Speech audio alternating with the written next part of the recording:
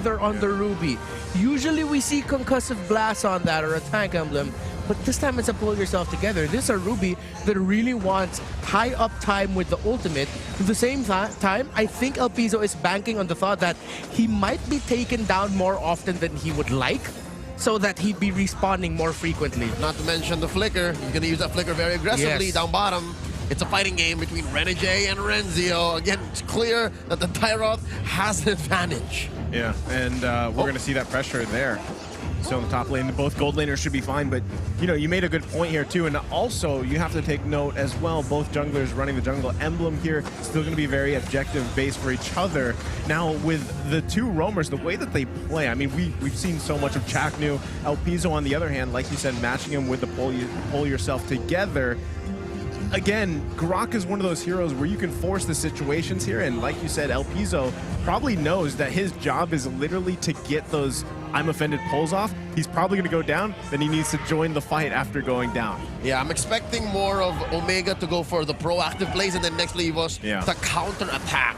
So that's going to be an interesting approach given that your heroes look more proactive. But I'm expecting it to switch up. Up top, it's a gold lane duo against Kelra. But again, we've seen this time and time again, Season 10. Kelra don't care.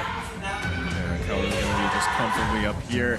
Again, we're just seconds away from the first turn of the game. We see both teams trying to find if they can get a numbers advantage on the bottom or the top side, they're going to look for that. But right now, we're going to see Smart Omega just try to get in position for the first turtle here. And we'll see if nxpe can actually contest because they've got all the tools to respond to this one. Yeah, positioning is key.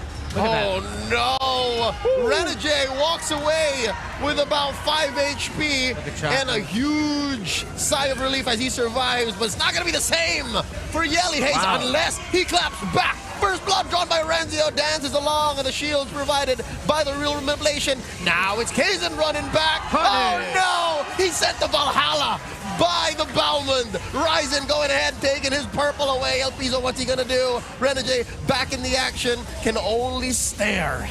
And as Ryzen sends next play evos to Valhalla, Chaknu standing in the back line of nxpe. Holla, holla, holla. Yelly Hayes good in position. They're still going.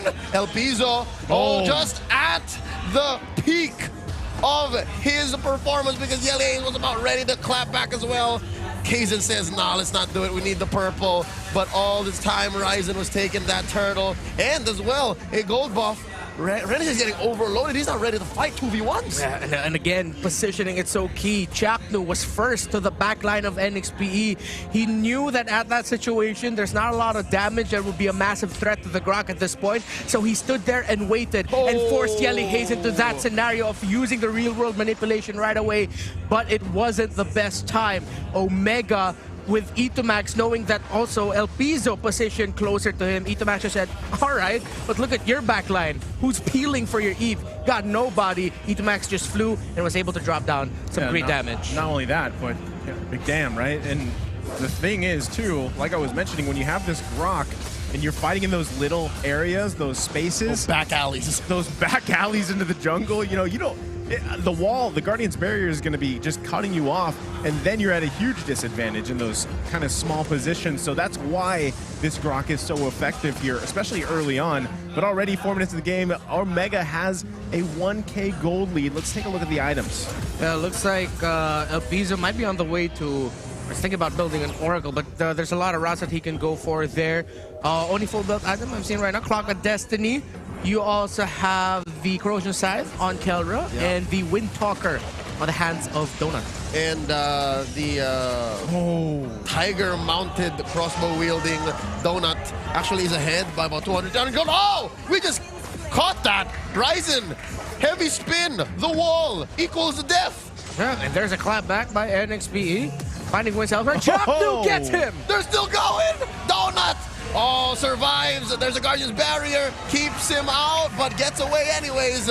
Now, Renzio in trouble. May have crossed the threshold a little too deep. And another fight up top. Elpizo catches a crossbow of Tang. He goes down. Kelra we're going to push this lane alongside nxpe and Chaknu. A lot of trades across the map here, and you got to feel bad a little bit for Chaknu there because they couldn't quite get the kill on Donut. Didn't have the backup that he needed, so turret's going to be traded as well across map.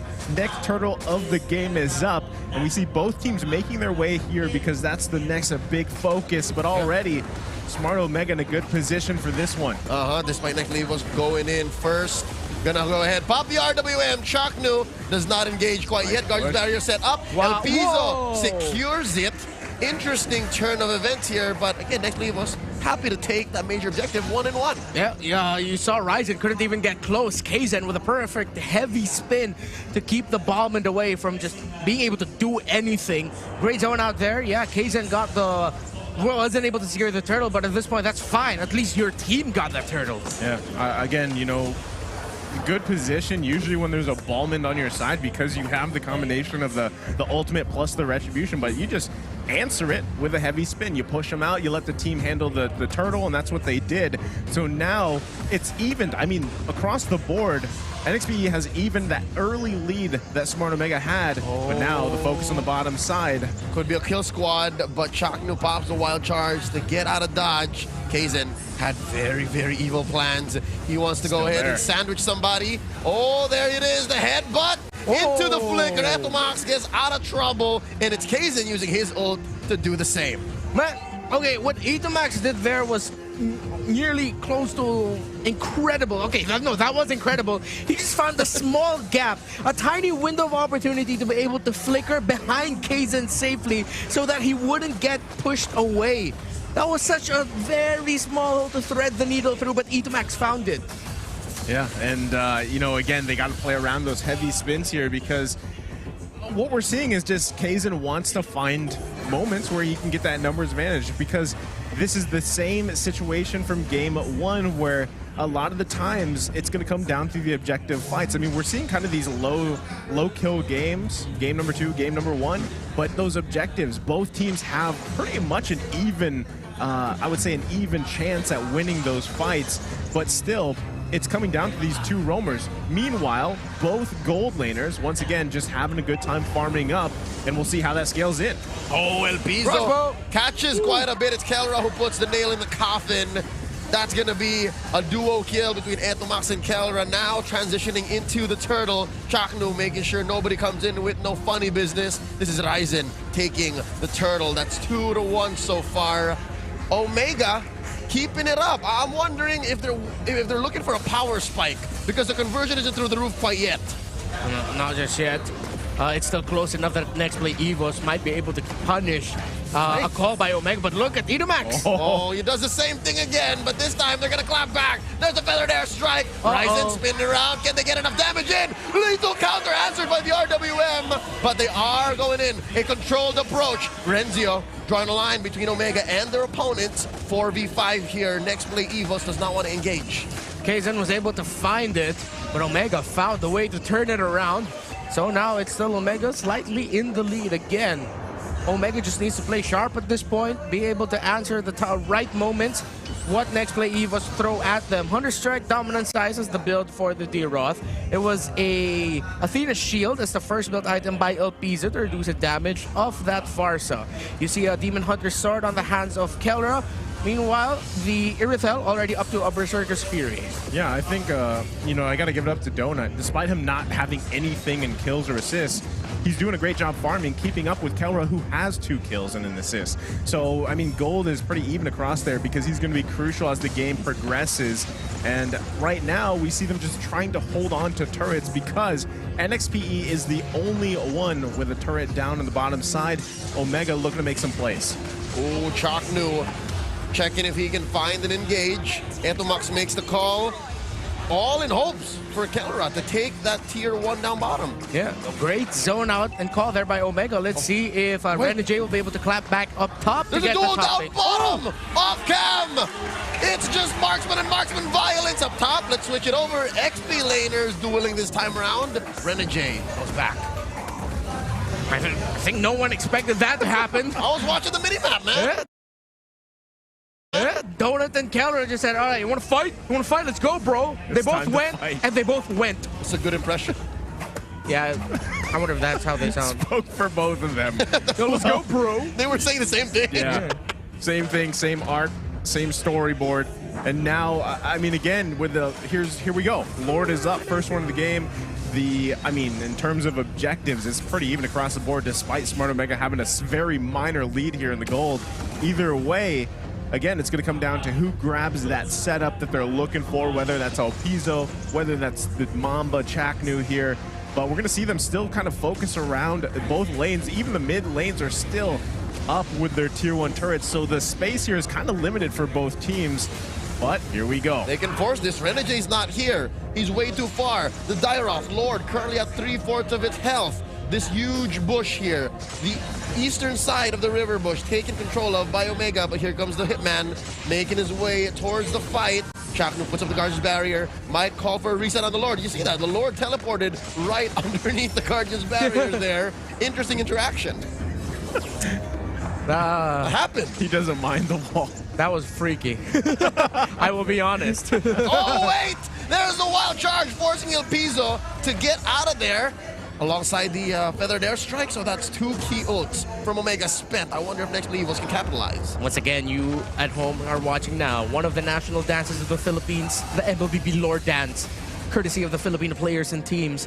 And we're just seeing some great footwork, a little bit of shuffling. Shuffle. What do you call that? A kickball step. I don't know how dance terminology is, but they're dancing right now around this Lord and around the river and the map. They're shaking their bacon around the Lord pit. That's what they're doing. But they're just going to go ahead and reset it, actually.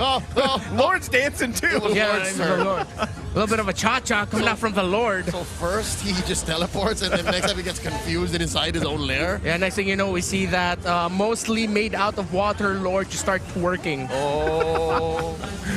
Hidden animations. Yeah. Interesting placement here of Omega players. And Alpizo? there's the pull by Alpizo. Only Chaknu inside the RWM. The answer back. Donut's in trouble. Chaknu looking very low. They popped the heavy crossbow. Oh, they got it back. And now they're looking for a clap back. Ryzen still has no ult. It's on cooldown. Kaizen heavy spin on out of here. A false engage from both of them. But look, Yep. Ryzen's going. Yeah, that's a Lord for Omega.